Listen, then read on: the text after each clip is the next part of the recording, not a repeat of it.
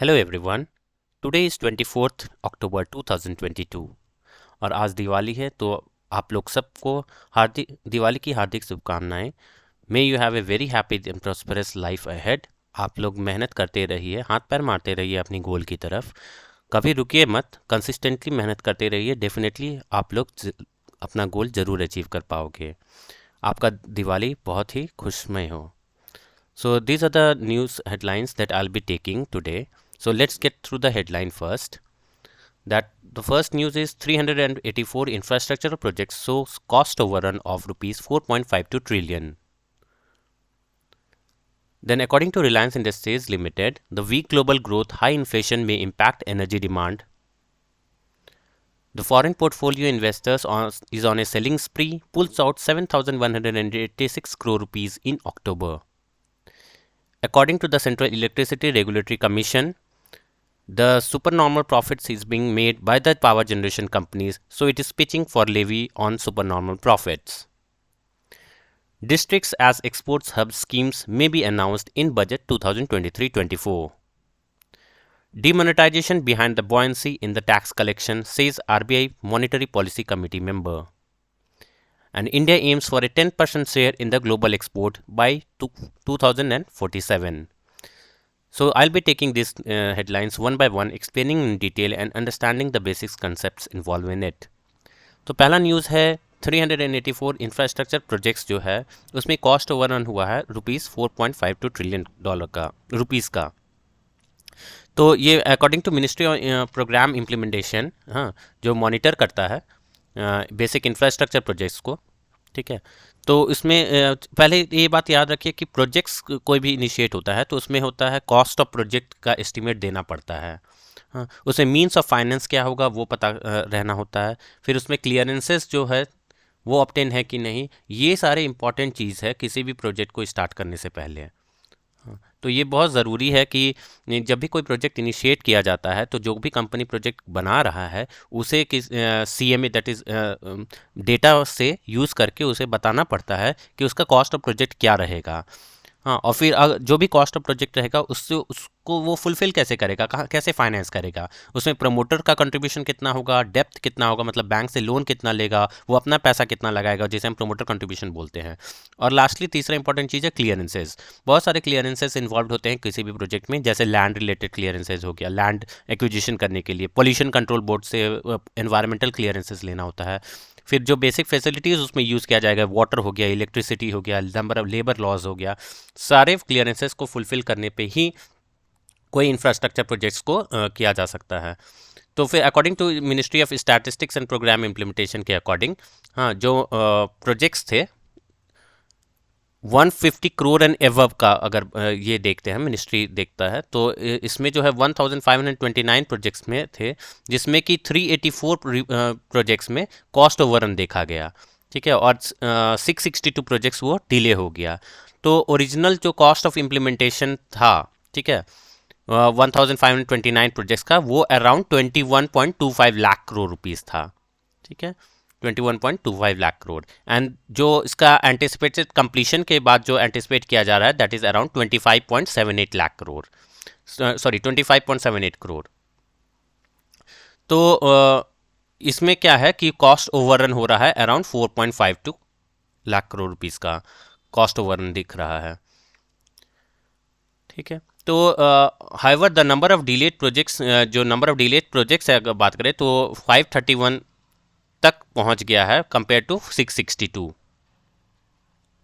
और इस delayed projects में जो है टाइम ओवररन हुआ है। बेसिकली टाइम ओवररन मतलब क्या होता है, कोई भी प्रोजेक्ट जब बनता है तो उसमें डेट ऑफ इम्प्लीमेंटेशन होता है कि जो आज से ये प्रोजेक्ट इनिशिएट किया जाएगा।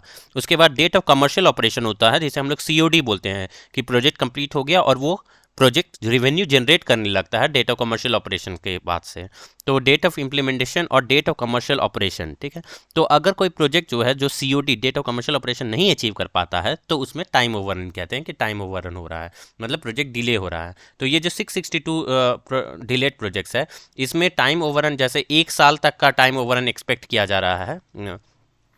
ओवरऑल डिले वो 133 प्रोजेक्ट्स है, फिर 2 साल तक का डिले, मतलब 1 से लेकर 2 साल तक में 124 प्रोजेक्ट्स है, और 5 साल तक का डिले में 276 प्रोजेक्ट्स है, और अगर मोर देन 5 ईयर्स का बात करें तो 129 प्रोजेक्ट्स है इसमें। ठीक है, तो एवरेज टाइम ओवररन, जो एवरेज अगर सारे 1 साल, 2 साल, 5 साल, ग्रेटर देन 5 साल एवरेज देख लिए ये 662 डिलेड प्रोजेक्ट्स का, तो एवरेज अराउंड 42 मंथ्स का डिले हो रहा है। तो अराउंड दैट इज 3.5 ईयर्स का डिले बोल सकते हैं। ठीक है, और ये रीज़न फॉर टाइम ओवररन क्यों हो रहा है, क्योंकि जैसे पहले मैंने बताया कि कोई भी प्रोजेक्ट को स्टार्ट करने से पहले बहुत सारे क्लियरेंसेस लेना जरूरी होता है। 3 चीज़ इंपॉर्टेंट मैंने बोला, कॉस्ट ऑफ प्रोजेक्ट बताना जरूरी होता है, मीन्स ऑफ फाइनेंस कहाँ से पैसे लाएंगे, promoter contribution, depth loan, bank कहाँ से लोन कैसे लेगा, तीसरा क्लियरेंसेस है बहुत सारे। तो यहाँ टाइम ओवररन क्यों हो रहा है, बेसिकली जो लैंड एक्विजिशन नहीं कर पा रहे हैं, डिले इन ऑब्टेनिंग क्लियरेंसेज, मैंने कहा एनवायरमेंटल क्लियरेंसेस जरूरी होता है ये, और जो सपोर्ट इंफ्रास्ट्रक्चर का सपोर्ट लिंकेज है, मतलब जहाँ से रॉ मटेरियल लाना है, वो लेबर्स है, और भी सारे लॉ और नॉर्म्स को फॉलो करना है, वो इंफ्रास्ट्रक्चर सपोर्ट की वजह नहीं होने की वजह से ये टाइम ओवररन हो रहा है प्रोजेक्ट्स में। तो डिले इन और भी क्या रीज़न है, जो मैंने बोला कि मीन्स ऑफ फाइनेंस देना पड़ता है, कहाँ से पैसे ला रहे हैं, प्रमोटर कंट्रीब्यूशन, जो प्रमोटर्स पैसे लगाते हैं, फाइनली जो है जो बैंक से कैसे फाइनेंस करेंगे, ये फाइनेंस अगर टाइम पे नहीं मिलेगा तो फिर प्रोजेक्ट डिले हो जाता है। फाइनलाइजेशन ऑफ जो इंजीनियरिंग रिपोर्ट है वो नहीं जनरेट हो रहा है। लेंडर्स बेसिकली बहुत सारे टीवी रिपोर्ट बोलते हैं हम लोग, that is techno economic viability report. हाँ, टीवी रिपोर्ट में क्या होता है कि कोई भी प्रोजेक्ट होता है उसका डिटेल्ड स्टडी करते हैं, बहुत सारे इंस्टीट्यूशंस है जो टीवी रिपोर्ट बनाने में मदद करते हैं, and they charge quite a lot for any, अगर प्रोजेक्ट बहुत बड़ा है तो हेवी चार्ज भी करते हैं, और वो टेक्नो इकोनॉमिक वायबिलिटी बताते हैं प्रोजेक्ट का। इस टीवी रिपोर्ट के बेसिस पे ही कोई बैंक जो है उस प्रोजेक्ट को फाइनेंस करता है। अगर वायबल है, दिखता है प्रोजेक्ट कि प्रोजेक्ट वायबल है, बैंक का वो पैसा वापस लौटा देगा, तो बेसिकली इसमें डेप्थ सर्विस कवरेज रेशियो देखा जाता है, DSCR बोलते हैं, कि वो जो भी इंटरेस्ट, जो भी प्रिंसिपल अमाउंट और जो भी इंटरेस्ट पेमेंट होगा वो टाइम पे कर पाएगा कि नहीं, ये प्रोजेक्ट जो है रिटर्न दे पाएगा कि नहीं, based on the TV report ये पता चलता है। एंड बेस्ड और भी बहुत सारे पैरामीटर्स होते हैं जिसके बेसिस पे डिसाइड किया जाता है इसे लोन देना है कि नहीं। तो जो प्रोजेक्ट फाइनेंसिंग में अगर डिले हो रहा है तो फिर टाइम ओवररन होगा, फिर इंजीनियरिंग रिपोर्ट अगर नहीं बना, ठीक है, अगर टेंडर नहीं मिल रहा है उसे, हाँ, अगर जो इक्विपमेंट्स चाहिए वो टाइम पे नहीं मिला है, लॉ एंड ऑर्डर का प्रॉब्लम है, गवर्नमेंट वहाँ पे चेंज हो रहा है, पॉलिटिकल इनस्टेबिलिटी है, तो बहुत सारे नियम कानून बदल जाते हैं जिस कारण कि टाइम ओवररन होता है। और टाइम ओवररन होगा तो ऑटोमेटिकली कॉस्ट ओवररन भी होगा, मतलब समय के साथ जैसे इन्फ्लेशन अभी बढ़ रहा है, तो जैसे पहले जो सीमेंट का रेट था 1 सैक का, वो 1 साल पहले और अभी जो 1 सैक का रेट है वो अलग होगा। जनरेटर रन करने का पहले का जो कॉस्ट था और अभी का जो कॉस्ट है वो अलग अलग होगा, इस कारण से कॉस्ट ओवररन हो जाता है। जैसे 5 साल तक का जैसे यहाँ पे हमने देखा कि डिले हो रहा है, हाँ, 5 साल का डिले का मतलब क्या है कि 5 साल पहले तो ऑब्वियसली जो रेट होगा that will be less than after 5 years. तो इसलिए टाइम ओवररन अगर हो रहा है, टाइम 1 ईयर से 5 ईयर हो रहा है, तो कॉस्ट ओवररन भी हो जाएगा automatically. So this was all about the news. Next is the global weak global growth, high inflation में इम्पैक्ट द एनर्जी डिमांड।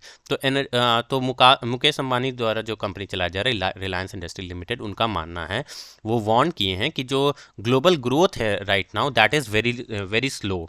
हाँ, ग्लोबल इकोनॉमिक स्लो डाउन हो गया है। इन्फ्लेशन रेट का अगर हम बात करें तो इन्फ्लेशन रेट बहुत हाई चल रहा है, फेडरल रिजर्व ने इंटरेस्ट रेट बढ़ा रखा है, तो इसके कारण जो है डिमांड, जो है एनर्जी डिमांड है वो अफेक्टेड हो रहा है। ऑब्वियस सा बात है, ये तो होना ही है। तो ये वॉलेटाइल एनर्जी मार्केट बहुत ज़्यादा वॉलेटाइल है, और जो introduction of special additional exercise duty किया गया है ऑन ट्रांसपोर्टेशन फ्यूल, हाँ, तो ये भी इफेक्ट कर रहा है एनर्जी डिमांड को। ये इसमें हमें समझना, this is a concept that we should understand, that will help us in understanding news later on as well, कि एक्सरसाइज ड्यूटी क्या होता है। पहले तो बता देता हूँ कि एक्सरसाइज ड्यूटी होता है कि जो भी डोमेस्टिक एरिया में जो प्रोडक्शन हो रहा, डिस्ट्रीब्यूशन होता है, उसके ऊपर जो ड्यूटी लगाया जाता है उसे एक्साइज ड्यूटी बोलते हैं। ठीक है, तो ये एक तरह का इनडायरेक्ट टैक्स है बाय सेंट्रल गवर्नमेंट। किसके ऊपर? प्रोडक्शन के ऊपर लगाया जाता है, या तो प्रोडक्शन के ऊपर, सेल्स के ऊपर, हाँ, या फिर लाइसेंस फी जो होता है लाइसेंसिंग के ऊपर। तो ये एक तरह का रिवेन्यू जनरेट करता है, इनडायरेक्ट टैक्स रिवेन्यू जनरेट करता है गवर्नमेंट के लिए। तो आज के दिन जो क्या है ना कि पेट्रोलियम प्रोडक्ट्स हैं, हम लोग जानते हैं पेट्रोकेमिकल पेट्रोलियम प्रोडक्ट्स और लिकर, हाँ, और पेट्रोलियम प्रोडक्ट्स और लीकर के ऊपर, इन दो चीज़ को जीएसटी में इंक्लूड नहीं किया गया है, और ये बेसिकली इन दोनों पे अभी भी एक्साइज ड्यूटी लगता है, ठीक है। तो ये इंपॉर्टेंट चीज़ है जानने के लिए कि एक्साइज ड्यूटी पेट्रोलियम और लीकर में नहीं है। तो और बहुत सारे टाइप्स का एक्सरसाइज ड्यूटी होता है, जैसे ये स्पेशल एडिशनल जो यहाँ लिखा है, it is also type of excise duty, ठीक है।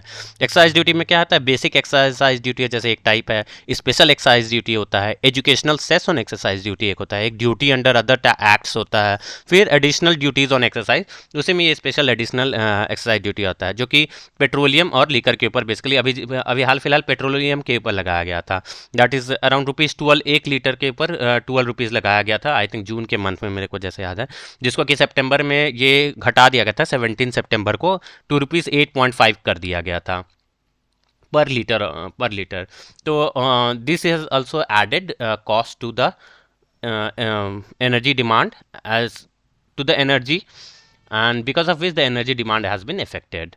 फिर इसके साथ साथ जो मॉनेटरी पॉलिसीज जैसे कि आरबीआई इंटरेस्ट रेट बढ़ा दिया है। हाँ, इंटरेस्ट रेट बढ़ाने से लोग जो है अपना मनी पार्क करने लगते हैं बैंक में, बैंक पे पैसे रखेंगे तो उनके पास पैसे नहीं रहेंगे, तो ऑब्वियसली वो एनर्जी डिमांड कम करेंगे। फिर इंटरेस्ट कॉस्ट जो है बहुत ज़्यादा है, जो लोन ले रहे हैं, जो इंडस्ट्रीज लोन ले रहे हैं उनको कॉस्ट ज़्यादा लग रहा है। क्यों? क्योंकि जो अभी आरबीआई ने जो रेपो रेट बढ़ा दिया, हाँ, रेपो रेट 5.9%, तो रेपो रेट बढ़ने से क्या होता है कि marginal cost of fund based lending rate ये बढ़ जाता है, एमसीएलआर रेट बढ़ जाता है, तो जो भी लोन अमाउंट होता है वो एमसीएलआर से लिंक्ड रहता है, तो इस कारण से इंटरेस्ट कॉस्ट भी बढ़ जाता है। फिर GDP growth rate obviously slow down हो गया है, पूरे इकोनॉमी में रिसेशन चल रहा है, स्पेशली यूरोपियन यूनियन का बात करें या फिर यूएसए का के बात करें। इन्फ्लेशन ऑलमोस्ट एवरी कंट्री में, इमर्जिंग मार्केट इकोनॉमी बोले या डेवलप्ड नेशन, सब जगह इन्फ्लेशन अभी हाई चल रहा है। और ये सब क्यों? इसलिए वही फिर से सप्लाई साइड डिसरप्शन के कारण और यूएस में इंटरेस्ट रेट को बढ़ाने के कारण, यही मेन दो फैक्टर है जिसके कारण के ऑयल डिमांड भी अफेक्टेड हो रहा है। लेकिन ब्राइट स्पॉट इसमें क्या है, अगर एक बहुत ही कुछ दो इंपॉर्टेंट ब्राइट स्पॉट है। एक तो इंडियन कंपनीज के लिए पहला ब्राइट स्पॉट ये है कि जो चाइनीज़ ने एक्सपोर्ट कोटा फिक्स कर रखा है अपना। ये तो पहले मैं बता दूँ, 2019 में क्या हुआ था ना, कि चाइना ने देखा कि वो एक्सपोर्ट कर दिए हैं 55.4 मिलियन टन्स ऑफ फ्यूल, ठीक है, million tons of fuel export कर दिए थे। तो इससे क्या हो रहा था ना कि डोमेस्टिक सप्लाई में क्रंचेज हो रहे थे, डोमेस्टिक सप्लाई जो है वो अफेक्टेड हो रहा था। डोमेस्टिक मतलब घर में है नहीं और बाहर एक्सपोर्ट किए जा रहे हैं, तो ऐसा हो रहा था, डोमेस्टिकली कम हो गया था, डोमेस्टिक प्राइसेस बढ़ने लगा था। तो चाइना ने ऐसा कर दिया कि कोटा वॉल्यूम फिक्स कर दिया कि 40% था 2022 के लिए, कि 40% जो भी कर रहे थे इसका 54 मेट्रिक टन जो भी एक्सपोर्ट चल रहा था उसका 40% तक ही फिक्स होगा कि हम एक्सपोर्ट करेंगे। तो ये बेसिकली अच्छा है कि मार्केट में बहुत ज़्यादा सप्लाई नहीं होगा, तो फिर इंडियन कंपनीज बाद बाकी को सप्लाई कर सकेगा। तो इसने चाइना ने फिक्स कर दिया कि 15 मिलियन टन्स, हाँ, वो एक्सपोर्ट करेगा जो भी रिफाइंड फ्यूल एक्सपोर्ट होगा। और इसमें कि 13.25 जो है वो रिफाइंड प्रोडक्ट्स होगा, और 1.75 मिलियन टन्स जो है वो लो सल्फर मरीन फ्यूल होगा। ये तो एक बहुत ही अच्छा न्यूज़ है इंडियन कंपनी के बारे में। सेकंड है कि जो यूरोपियन यूनियन ने जो सैंक्शन लगाया है रशिया के प्रोडक्ट्स के ऊपर, इससे क्या होगा, because of the Russia Ukraine crisis of course, इससे क्या होगा कि इंडियन कंपनीज को जो है जो मार्केट रशिया खो रहा है वो इंडियन कंपनीज एक्वायर कर पाएगा। तो इससे that will help boost up the demand, energy demand for the Indian companies producing oil. So this was the news related to Reliance Industries opinion on the weak global growth, inflation and the energy demand. Next is FPI on the selling spree. That is कि FPI जो है foreign portfolio investment है वो घट रहा है, ठीक है। तो ऐसा क्यों हो रहा है? क्योंकि हम लोग जानते हैं कि इंटरेस्ट रेट ने फेडरल रिजर्व ने बढ़ा दिया था, तो फिर डिमांड है वो कम हो गया। तो अगर हम लोग ट्रेंड का बात करें, if you look at the trends, तो जुलाई फर्स्ट, अभी सितंबर अक्टूबर था, ठीक है। इसमें क्या हुआ, in the month of September, one second, in the month of September और अक्टूबर जो है वो जो सेलर्स सितंबर एंड अक्टूबर में बेसिकली जो फॉरेन पोर्टफोलियो इन्वेस्टर्स थे वो they acted as a seller, ठीक है, उन्होंने सेल किया, मतलब जो भी है वो पोर्टफोलियोज वो बेच दिया, अपने इक्विटी शेयर्स को बेच के डॉलर जो है वो वापस ले गए। इससे पहले अगस्त और जुलाई में देवर बायर्स, हाँ, वो लोग बेसिकली इक्विटी खरीद रहे थे और डॉलर का इनफ्लो हो रहा था। और 9 मंथ्स इससे पहले का अगर हम लोग बात करें, before this 9 months there was outflow, again they were the sellers. तो ये जो है ट्रेंड है ये आगे पीछे होता रहता है, but right now they are sellers because of the increase in the interest rate by the Federal Reserve. तो ये देखिए, जैसे जनवरी से लेकर के जून तक में they were sellers, again they were the buyers in July and August, and then again they are the sellers. तो ये है ट्रेंड जो मंथली फॉरेन पोर्टफोलियो इन्वेस्टर्स का ट्रेंड है। तो इस अक्टूबर मंथ में बोले तो 7,186 जो है ये वाला अमाउंट इन्होंने सेल कर दिया है अपने इक्विटी, और मतलब कि इतना अमाउंट इक्विवेलेंट ऑफ डॉलर्स वो ले गए इंडिया से, which is nearly 80% of more, जो सितंबर का है वो मोर देन 80% है सितंबर से कंपेयर करें तो। आप देख सकते हैं सितंबर 3,955 ले गए, यहाँ 7,186 करोड़ रुपीज़ ले गए। तो टोटल आउटफ्लो 1.77 जो 2022 में जो टोटल आउटफ्लो हुआ है पूरे साल का अगर बात करें अभी तक, तो फिर that is around 1.79 lakh crore. ठीक है,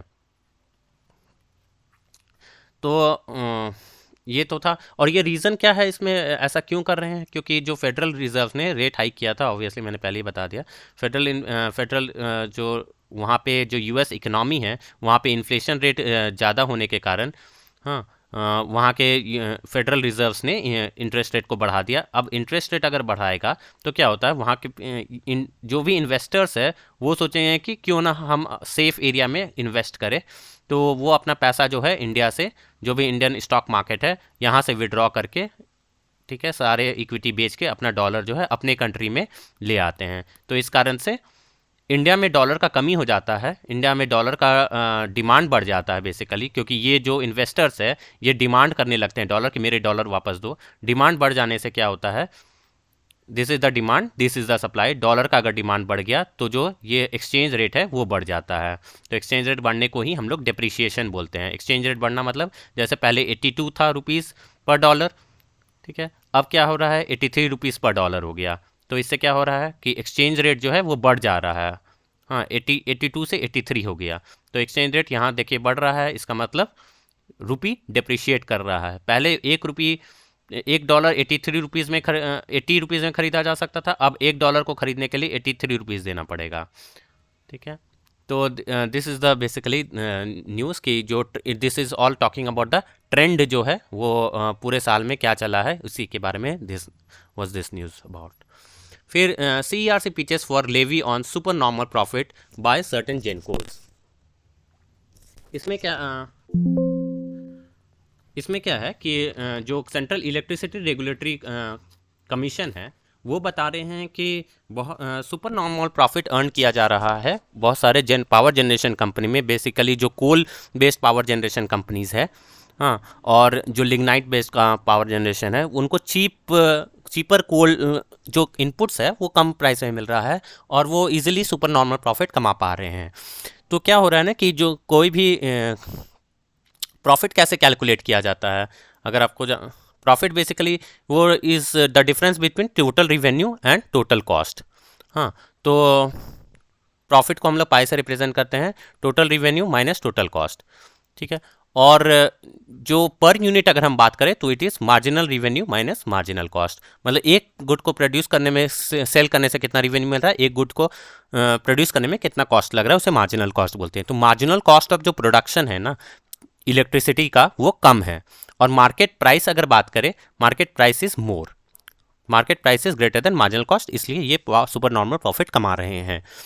तो मार्केट प्राइस ज़्यादा है, और ये मार्केट प्राइस क्यों ज़्यादा है? मार्केट प्राइस ज़्यादा है क्योंकि डिमांड ज़्यादा है मार्केट में। अब आप बोलेंगे कि इलेक्ट्रिसिटी का डिमांड ज़्यादा क्यों हो रहा है? ऑफकोर्स कोरोना क्राइसिस के बाद जो इकोनॉमिक एक्सपेंशन हुआ, इकोनॉमिक एक्टिविटी जो है वो बढ़ गया।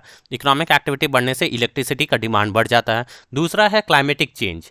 क्लाइमेट बहुत इंपॉर्टेंट फैक्टर है, जैसे गर्मियों में हम देख रहे हैं we use more ACs, pollution है तो ज़्यादा एयर प्योरीफायर यूज़ कर रहे हैं। We are more dependent on electricity now. As economy जैसे जैसे डेवलप होता है तो इलेक्ट्रिसिटी कंजम्पशन भी ज़्यादा होने लगता है। तो these are the reasons because of which कि इलेक्ट्रिसिटी का डिमांड ज़्यादा हो गया है। तो रेगुलेटरी इसमें क्या है कि रेगुलेटर्स को ऐसा लग रहा है कि now they need to form some certain frameworks, हाँ, रिलेटिंग टू प्राइसिंग स्ट्रेटेजी, जिसे कि अब चेंज करना चाहिए because there are earning super normal profit. तो एक हमने अभी हाल फिलहाल देखा था कि विंडफॉल टैक्स लगाया जा रहा है। विंडफॉल टैक्स लगाया जा रहा है किसके ऊपर? पेट्रोलियम प्रोडक्ट्स के ऊपर। क्यों? क्योंकि जो प्राइस ऑफ पेट्रोलियम है वो कम है इंटरनेशनल मार्केट में, और ये जो पेट्रोलियम प्रोड्यूसिंग रिफाइनरिंग कंपनीज है वो बेच रहे हैं, हाँ, petrol at a higher price. तो इससे क्या हो रहा है? विंडफॉल, अकस्मात प्रॉफिट हो रहा है उन्हें। क्यों हो रहा है? बिकॉज ऑफ कुछ एक्सटर्नल फैक्टर्स की वजह से। एक्सटर्नल फैक्टर क्या है? जो प्राइस ऑफ रॉ मटेरियल है वो कम है। दूसरा कि बहुत सारे कंट्रीज में इन्फ्लेशन रेट ज़्यादा है, जिस कारण की हायर प्राइस पे ये अपना प्रोडक्ट बेच पा रहे हैं। तो जैसे इंडिया के कुछ कंपनीज हैं वो यूरोपियन यूनियन और यूएसए में सप्लाई कर रहे हैं अपना ऑयल, हाँ, इंडिया में को ना बेच के, क्योंकि इंडिया में प्राइस कम है कंपेयर टू इन कंट्रीज़ में। तो वो पेट्रोल प्रोडक्ट्स जो रिफाइंड पेट्रोलियम है वो इनको बेच रहे हैं eight the cost of domestic demand के कॉस्ट पे। तो इस कारण से गवर्नमेंट को विंडफॉल टैक्स लगाना पड़ रहा है इसके ऊपर, मतलब extra tax over and above जो टैक्स लगता है। उसी टाइप का केस है कि प्रपोज कर रहा है सेंट्रल इलेक्ट्रिसिटी रेगुलेटरी कमीशन कि there should be windfall tax on electricity as well, क्योंकि that is at the cost of the domestic consumers. तो एक तरह और एक और तरह का बता रहा है कि पे एज बिड ऑक्शन, ये एक ऑक्शन मेथडोलॉजी है। इसमें क्या होता है ना, बेसिकली मैं ये एक्सप्लेन कर देता हूँ कि पहले जो है कोई भी सेलर कुछ बिड करता था, जैसे इलेक्ट्रिसिटी प्रोड्यूसिंग कोई कंपनी है, कोई इस्पात कंपनी, इस्पात लिमिटेड मान लीजिए, ठीक है, ये इलेक्ट्रिसिटी प्रोड्यूस करता है। तो इसे कोल चाहिए, coal as a raw material चाहिए, तो ऑक्शन में जाता है ये। तो इसे प्राइस कोट करना पड़ता है। तो प्राइस कोट करने के लिए मतलब कि वो कोई कॉन्ट्रैक्ट ले रहा है गवर्नमेंट से, हाँ, इलेक्ट्रिसिटी सप्लाई करने का कॉन्ट्रैक्ट है टू स्टेट गवर्नमेंट, मान लीजिए किसी स्टेट गवर्नमेंट को सप्लाई करना है। तो ये एक कॉन्ट्रैक्ट अपना कोट करेगा कि देखिए I am going to supply electricity to this state. लेकिन इस कॉन्ट्रैक्ट में ये है मेंशन जो करेगा, प्राइस जो कोट करेगा वो अपना जो भी मार्जिनल कॉस्ट होगा प्रोड्यूस करने का, प्लस जो भी फिक्स्ड कॉस्ट लग रहा है, जो भी प्लांट एंड मशीनरी है फिक्स करने में, और जो इलेक्ट्रिसिटी प्रोड्यूस करने के लिए जो रॉ मटेरियल्स यूज़ कर रहे हैं उसके मार्जिनल कॉस्ट उससे कैलकुलेट करता है। तो वो एक ऐसा प्राइस कोट करेगा जिससे कि मार्जिनल कॉस्ट और फिक्स्ड कॉस्ट दोनों कॉम्पनसेट हो जाए। पर ये पे बिड ऑक्शन जो है, इसमें क्या होता है कि सेलर्स को जो है बिड प्राइस जो बताता है, that bid price should be greater than marginal cost. जो भी मार्जिनल कॉस्ट होगा उससे बिड प्राइस ज़्यादा हो रहता है। सेलर बिड प्राइसेस ग्रेटर, मतलब कि वो इससे ज़्यादा प्राइस पे, मार्जिनल कॉस्ट से ज़्यादा प्राइस बिड करता है, और वो प्रॉफिट अर्न कर प्रॉफिट जो है जो अर्न करता है उससे फिक्स्ड कॉस्ट रिकवर कर लेता है। मतलब कि जो प्राइस पे करेगा वो उसके मार्जिनल कॉस्ट से ज़्यादा पे करना पड़ता है सेलर को, गवर्नमेंट को ज़्यादा पे करना पड़ेगा उसके मार्जिनल कॉस्ट से ज़्यादा। तो और जो सबसे ज़्यादा कोट कर पाता है उसे वो टेंडर मिलता है, उसके अकॉर्डिंग रहता है पे बिड ऑक्शन। तो बस यही है कि इसमें कि गवर्नमेंट जो है they are talking about living super normal profit from the power generation companies.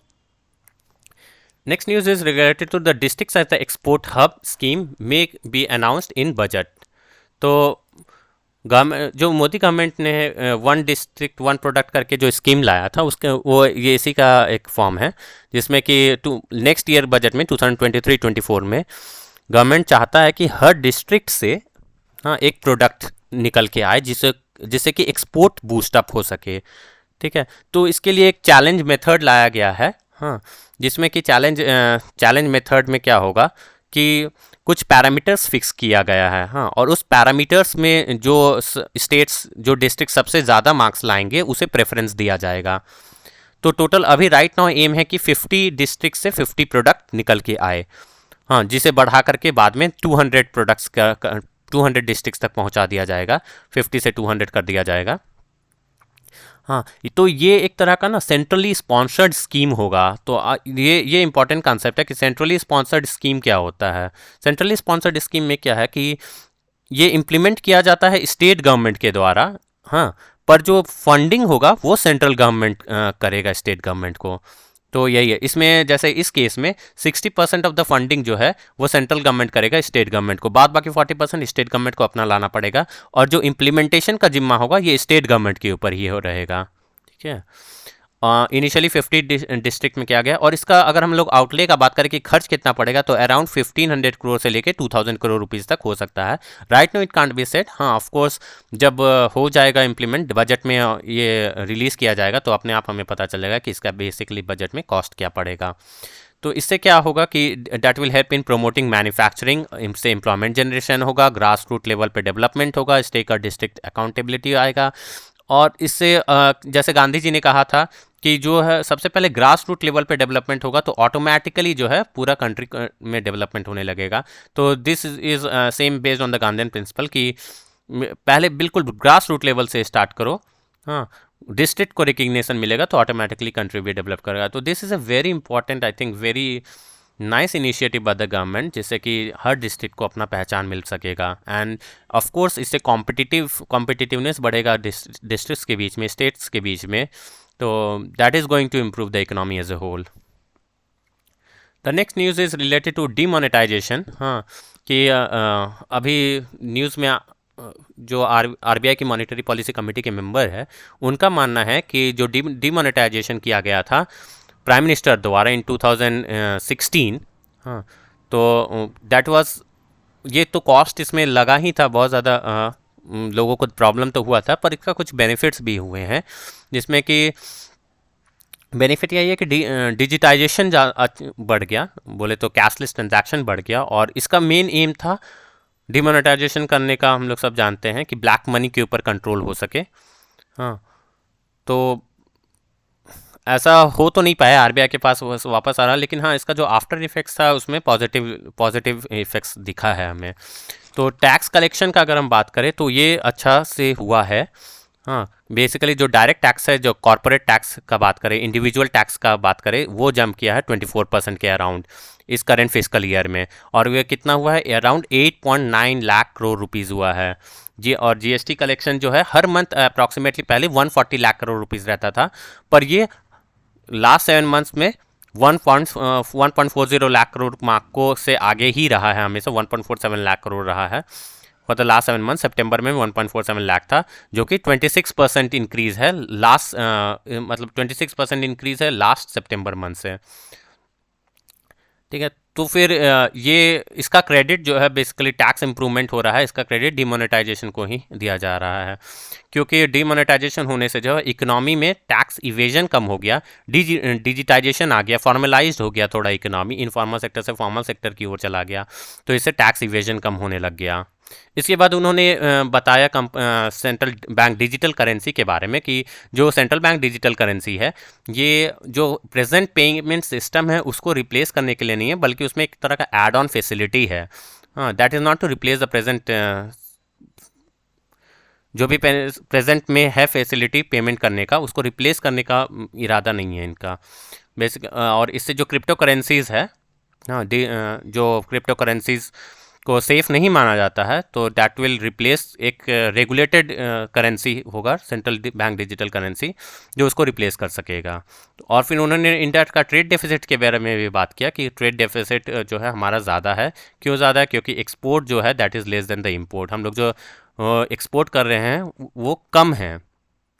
Export basically 3.52% contract कर गया, 32.62 बिलियन यूएस डॉलर है अभी right now compare to imports. तो फिर इस कारण से ट्रेड डेफिसिट ज़्यादा। अब ट्रेड डेफिसिट अगर ज़्यादा होता है तो क्या होता है, एक्सपोर्ट में क्या होता है कि हमें डॉलर मिलता है, हमारे पास इनफ्लो होता है, और इम्पोर्ट में क्या होता है कि डॉलर आउटफ्लो होता है। तो अगर dollar outflow is greater than dollar inflow, हाँ ऐसा अगर सिनेरियो होगा तो फिर हमारे पास डॉलर का कमी हो जाएगा।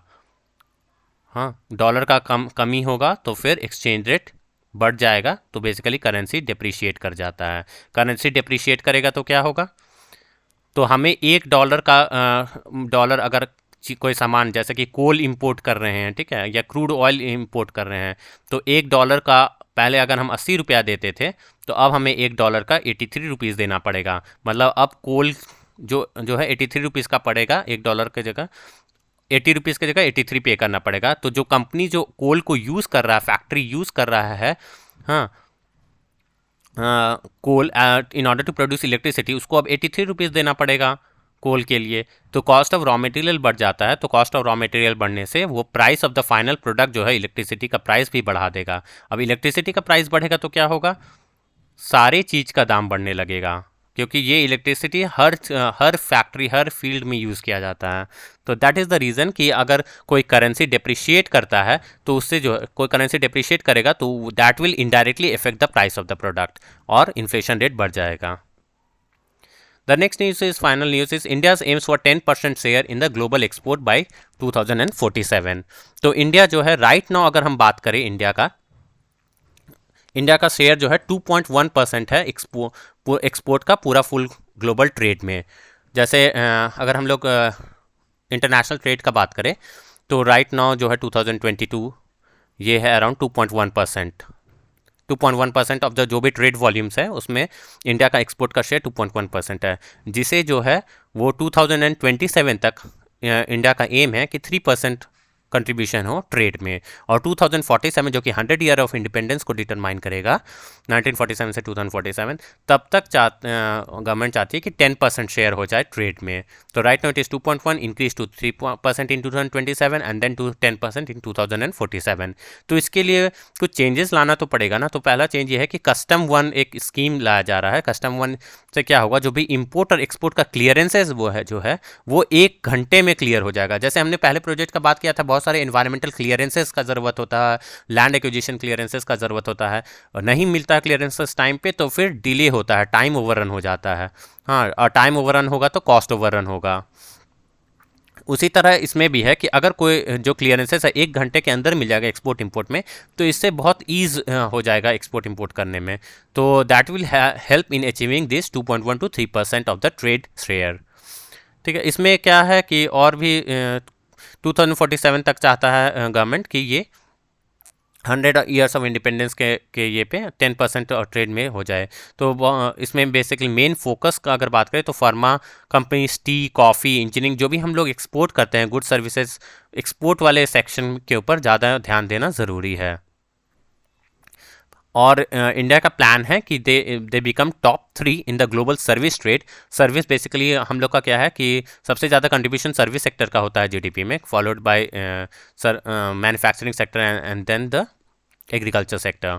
सो सर्विस सेक्टर में क्या है, टूरिज़्म में हमें अच्छा अचीव करना है, आईटी सेक्टर में, बिजनेस सर्विस, फाइनेंशियल सर्विस में, health care, wellness, education services में, इसमें हमें इम्प्रूवमेंट करना ज़रूरी है अगर हमें ये टारगेट अचीव करना है। तो फिर ब्रांडिंग बहुत ज़रूरी है। जो हमारा क्वालिटी ऑफ प्रोडक्ट जो हम एक्सपोर्ट कर रहे हैं that is very much essential, क्योंकि जो एक्सपोर्टिंग जो कंट्री इंपोर्ट करते हैं वो क्वालिटी के ऊपर बहुत ज़्यादा ध्यान देते हैं, जो हाईली डेवलप्ड कंट्रीज़ होते हैं। तो quality of the product, growth product में होना ज़रूरी है। हाँ, जिसके लिए एमएसएमई सेक्टर पे ध्यान देना भी बहुत बहुत इंपॉर्टेंट होगा अगर हमें ये अचीव करना। और ऐसा गवर्नमेंट का मानना है कि एमएसएमई सेक्टर का कंट्रीब्यूशन एटलीस्ट 10% शेयर होना चाहिए।